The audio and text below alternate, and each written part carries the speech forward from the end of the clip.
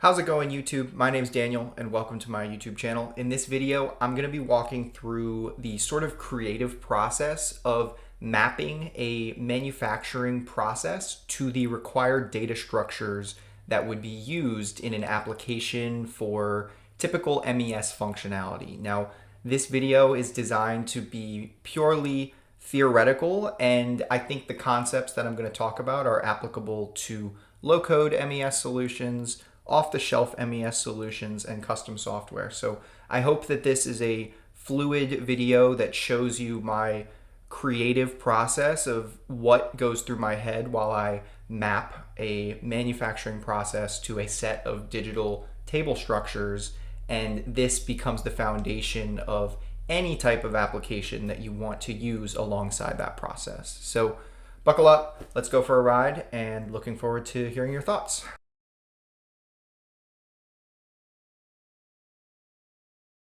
All right, so it's the holiday season. I figured we'd have some fun, and I put together this hypothetical scenario of a manufacturing process of a discrete assembly of ornaments going on at Santa's workshop. So I'm going to use this as the foundation, but I'm going to, throughout this video, talk about all sorts of variants of this process that might lead to all sorts of necessary data structures in your applications. So the first thing I always like to do is map the actual process of manufacturing and the material and human flow that goes into it. So if we quickly skim through, we're going to see that the initial piece of this process is receiving the materials and performing some testing on it.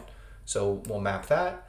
There's going to be a subcomponent assembly, which is very common in particularly discrete and probably batch processes too.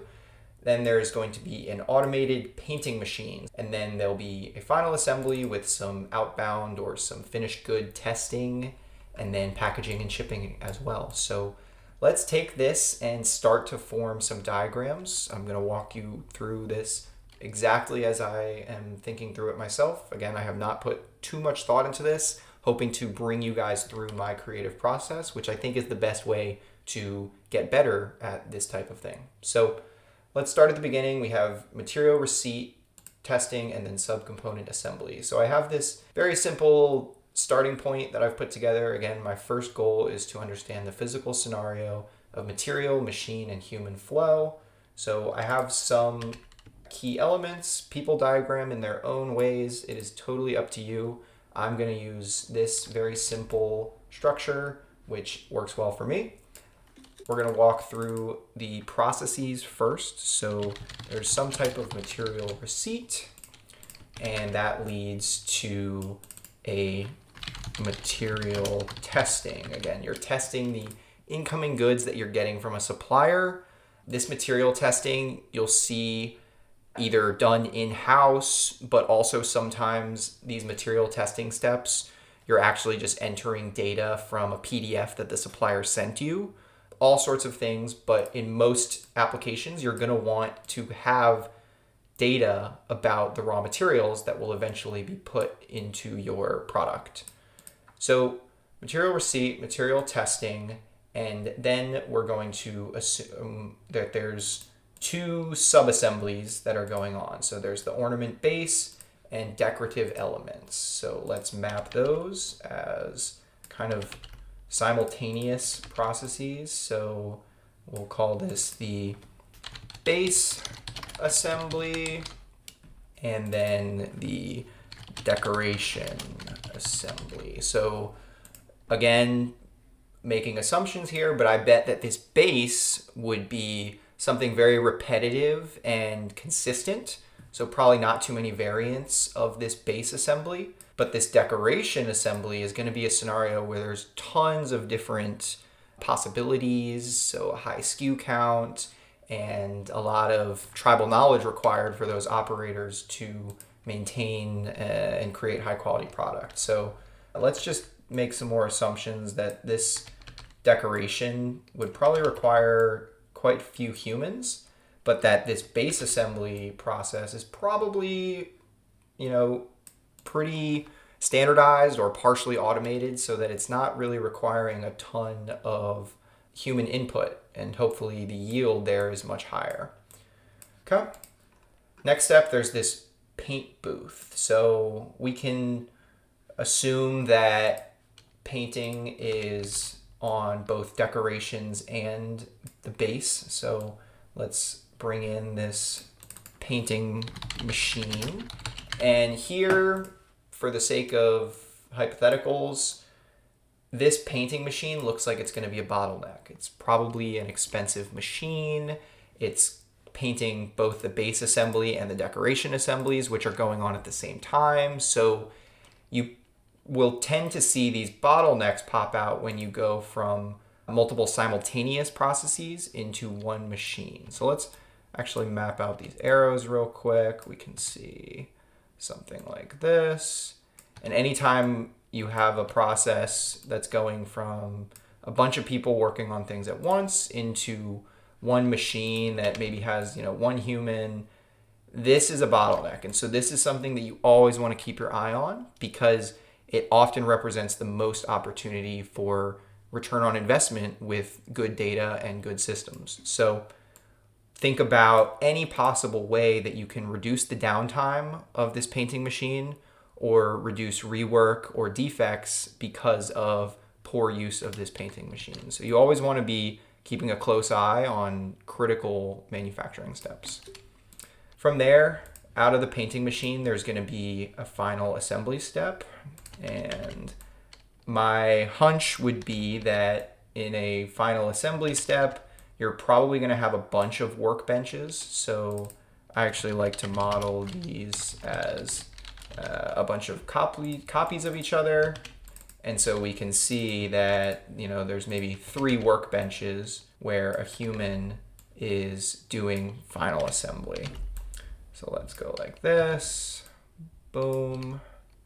And again, this is drawing more emphasis to the fact that this painting machine is probably a bottleneck. You probably want to be running this painting machine 24/7, even if the assembly processes are running on a more lighter schedule.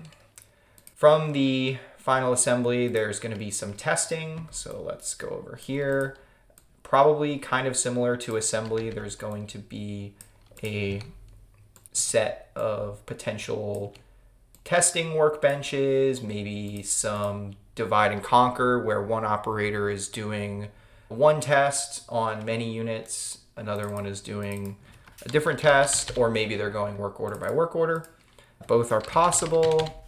And then finally, after that, you would very likely have just one place in your factory or in your process for packaging and shipping.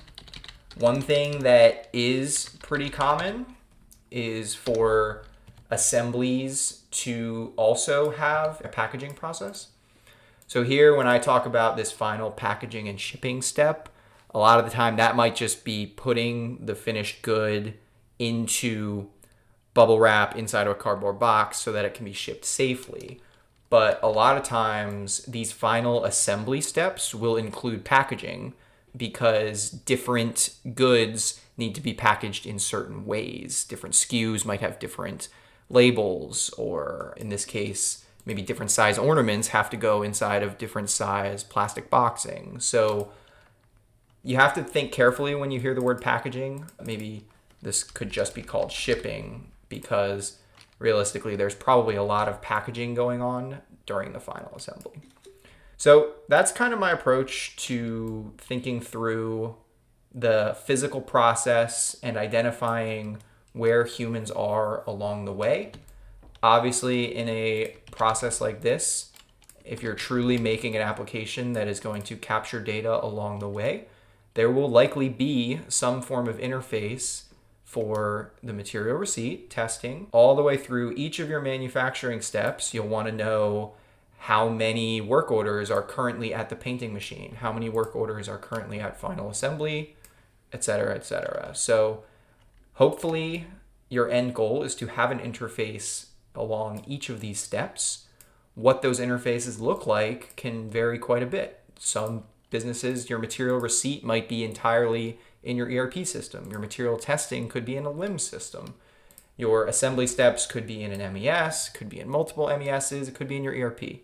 Again, all I want to talk about today is the data structures that really come up when you have a process like this. So the next place I really like to focus is understanding the bill of materials and how components require traceability through these assemblies. So let's talk about that by using some table structures. I think there's a few core tables that really start to piece everything together. So you'll generally have an item master, which hopefully is integrated with an ERP system, but that sort of represents your base list of items, products, materials, ingredients, call it whatever you want. There's a list of the ones that will appear in your processes, and those will inherently be heavily involved with your BOM or your bill of materials. So, for example, your material receipts, which might include paint and widgets and trinkets, whatever might go into an ornament, are all going to have a record in the item master.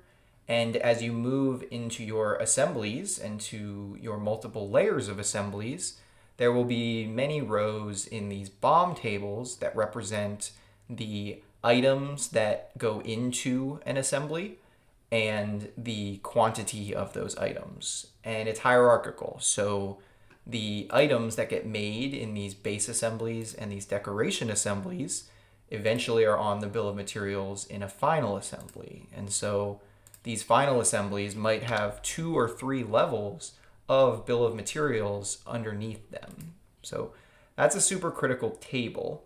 But what happens along this manufacturing process is that you need a log of which materials went into which assemblies. And so this is oftentimes a material issue, a material traceability table, call it what you will.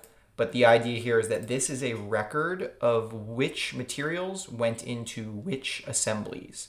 So every time I make a base, I need to go to the bill of materials, look up how many materials are required, and create a log of which materials were used. Now, this table comes in all shapes and sizes. There are some processes which don't require traceability to which supplier lot or material lot. Maybe we have a table like this. This material lot, maybe you're receiving 10 unique identifiers for your ornament bases. And that material lot doesn't always need to be connected. And so these are the traceability requirements that you really need to dive in early on, because some products might have more critical traceability levels than others. So if you think about these assembly lots, which are being generated as you produce, this traceability log for some might require the connection, but for other materials, that connection might not be required at all, or it could simply be a checkbox, meaning you don't have to necessarily indicate which material lot was used, purely just that you used one of them. So really start to dive into those questions. Another big thing that you'll run into is, let's say you have many material lots. There are oftentimes requirements to assemble these lots using only one of a material. And so you have to think about how that ties into your manufacturing process, where you might have an overarching work order. Let's say there's a work order, and this work order is for 10 bases. But your material lots only have 3 or 4 of a critical component. And so you might end up with these work orders that have a bunch of assembly lots inside of them, and you require that traceability as to which material lots went into which assemblies. So even though there's this sort of higher level construct of your work orders, there are some processes where this traceability of material connection is really critical to have, so that in the case of audits or supplier issues, you can go back and determine which assembly lots were made from which material lots. So that's always a super critical thing to identify early on in a scoping process. Want to go through and make sure I talk about all of the core data tables that you'll generally see. I think these are pretty clear. The item master, the BOM, and the work orders should generally come from an ERP system. That's not to say that they always do. These material lots and these assembly lots, sometimes that's just one table. It might not be called lots, it might be called inventory or inventory batches. Sometimes it's two tables where material and assembly is handled quite differently. That's going to vary from system to system. Another really important table in any manufacturing process, which makes total sense with this flow that we've laid out, is a completion log or a move log. So this move log table represents, let's see if I can maybe put some text right next to it. So this move log, the completion of inventory through a step, sometimes called an operation, sometimes called a process. But the idea is that this move log is the foundation of keeping track of where your orders are in the process. So materials might work a little differently, but once you get to assembly, the idea is that when you finish part of your work order for assembly, you are going to record some type of move or some type of completion, and that completion gives you the traceability to know how many units were completed at this step and at what time. Now, you can often include scrap. They might be separate tables, they might be the same table, but the granularity should be the same. The completion log, in the event that you don't have any scrap, would just have a scrap value of 0. And this is a really clean way to keep track of your yields at individual steps. So really think about this move log as a core piece of your architecture to keep track of how things are moving through your process. Some other potential things that come up. So recipes, testing, and hold management. So as you work through and you generate these completion logs, scrap logs, different steps may have additional requirements other than just recording the quantity that's moving through that process. So hold logs are obviously pretty critical, and I would generally think of this as a two-table thing. So there's a hold log, which is a historical record of events, meaning on January 1st, I put this assembly lot on hold. And then on January 2nd, I took that off of hold. But you probably also want an associated artifact table called just holds. And this allows you to have a live status view of the holds that are active in your manufacturing process or other higher level information such as the number of holds closed in the given scenario. So you'll see this a lot where you want to have both a log table and sort of summary table. They're obviously closely intertwined, and in some systems you might not need to track a summary table. In others you will.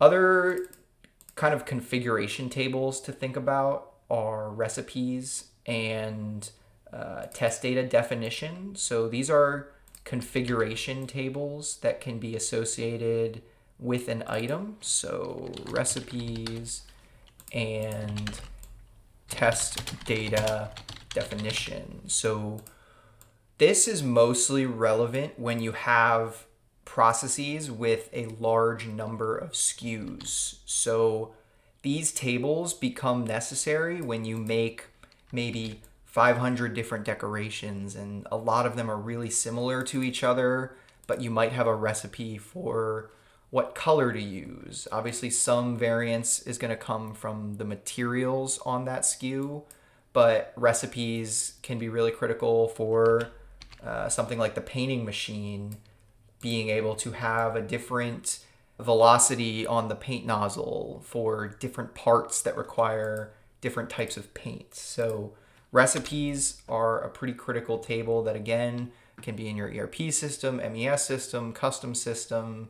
It doesn't matter. The main thing I'm trying to get across is that it has to be stored somewhere, especially when you get into these high variability processes. Test data definition is related, but regarding the data capture that gets processed alongside of a manufacturing process. So the easiest place to think about this is that your final testing can be very different if you make 100 different types of ornaments. Maybe some of them are more expensive and require better testing on how much air is leaking from them, or how fragile they are, or the sphericalness. All sorts of quality tests come up, and this test data definition table allows you to select and define what tests and what spec limits are involved in the many, many different potential SKUs that you might be making. A few other ones, we talked about holds, we talked about testing recipes, and a lot of the test data stuff is also going to have a log table. So as these quality control team members are performing this final testing, they are obviously going to be capturing test data.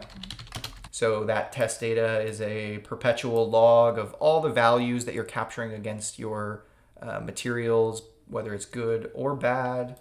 And then you start to get into what happens if test data fails. So you can start to have constructs that, when test data fails, it automatically generates a hold. Things like that are all possible, but regardless, you're going to need some data structures like these. So hopefully this is all making sense. I think this goes over a lot of the main concepts, artifacts, and logs that go into creating a manufacturing tracking application. The final key piece that I want to talk about, if I go back over to my key questions here, let's zoom in. You really need to think about the traceability requirements, the testing collection, and the way that you're storing inventory when you're mapping a manufacturing process. So this can get really complicated, but I'm trying to emphasize with what I think is kind of a simplified example that you have to think about the groupings of everything in your manufacturing process. So I talked about this earlier, how we might have a work order for bases where we're actually storing inventory in lots. So we might have a work order that produced 10 materials, and it actually outputted 2 unique identified lots of 5 bases. And in some processes, this might even be serialized down to the individual level. And you have to always be thinking about, okay, is this assembly lot going to be stored with a barcode somewhere individually? And this gets into GMP requirements in that you never want to have physical goods with the same identification stored in 2 separate locations. So this work order for 10, let's say it didn't all fit in one warehouse location. A really, really critical piece of GMP is that you would never have 2 stacks of inventory that are separate in the warehouse but share the same identification number. So you'll often see these assembly lots get generated with their own unique identifier, and that's great because at any point in time we can go up the tree and be sure that this lot went into or came out of this work order. So that's very common. You'll see this exact pattern with 3, 4, 5 layers of hierarchy sometimes. That's no big deal.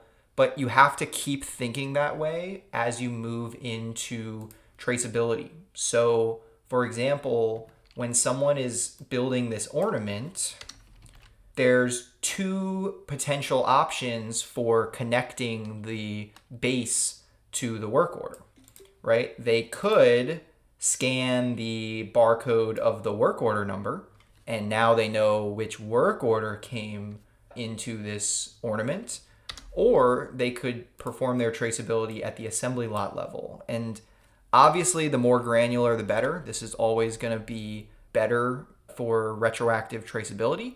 But in some processes, you're not always that fortunate. So you might just have to go work order to work order. And then the obvious other scenario is that you might be connecting lots to lots. Again, granular data is usually better. Even if you don't need it now, you might need it in the future for traceability investigations, etc.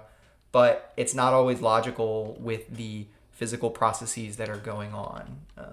But make sure you really think about how you're grouping these assemblies, both physically and for traceability. And then finally, on your quality testing as well. So let's assume that when something gets to your testing area, this work order, despite the fact that this work order has 3 different lots inside of it. So again, let's keep using 10 as an example. Maybe this one has 3, this one has 4, and this one has 3. There's a few different ways you can approach this. You can perform your quality testing purely on the individual level. So that's obviously best case scenario is you can go through each individual assembly and scrap the ones that are bad. But in other scenarios, you might need to do your quality testing at the lot level. So you might do 1 per lot. And if that one item fails, then you have to scrap the entire lot. The other level that, again, not always preferred, but things happen, is that you might have to do 1 per work order. And regardless of which assembly lot that it came from, if that one individual item fails, you might have to scrap the whole ornament. So it's going to vary so much from process to process. I'm just trying to talk through different options and where I really focus my train of thought. So this last demonstration, I hope, made sense. Let me know if you want some more clarifying content here, maybe with a more realistic example. But you really got to think about how to break down the traceability, testing, and inventory tracking of all the different stops in your process. So that's my take and summary of the most important things that I would go through if I were mapping a manufacturing process from the start, how my brain thinks about questions to ask and eventual table structures that I know I'm going to need. Let me know how you feel about this content. If you've made it this far, I appreciate you. I hope you learned a few things, and I'd love to learn some more from you. So let me know down in the comments below. Thank you all for listening, and have a great holiday season.